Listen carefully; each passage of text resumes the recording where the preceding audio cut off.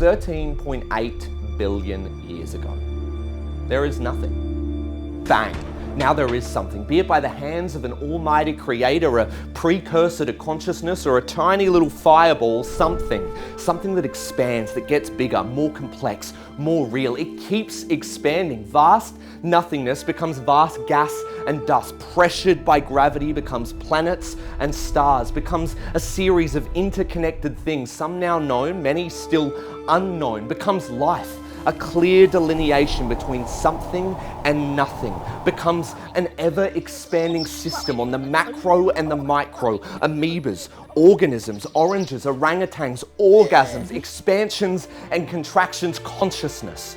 Not just the ability to look back at the past 13.7 billion years, but to name it, to call it things, to share stories and map meanings, to define and seek out order amongst the chaos, to face off with this internal instinct for control and this external universe that is so vast in every direction that if you think about it too much, your brain starts to hurt. The universe, just like everyone you know, started with a bang. It all starts with a bang, a synapse firing, an idea, a moment, an explosion of emotion, a sudden sensation, a kiss, a touch, a sucker punch to the gut, an electric shock, the death of a family dog, bang, bang, bang, order and chaos, expansion and extraction, something from nothing.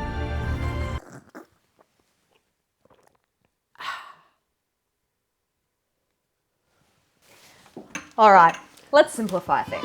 This is us, a tiny speck on a piece of butcher's paper. Now, we only get one shot at this life, you see, and the problem we're facing is not that we're lacking meaning, but rather we have so much meaning, we don't know what to do about it. Now, we've kind of tricked ourselves into becoming human doings rather than human beings. Our sense of self-worth is now tied to external things, and our systems for values are confused and overwhelmed, kind of like a tiny little duck that stumbled upon a freeway of thoughts and ambitions. God, it does just make me want to shove your face into a piece of cake.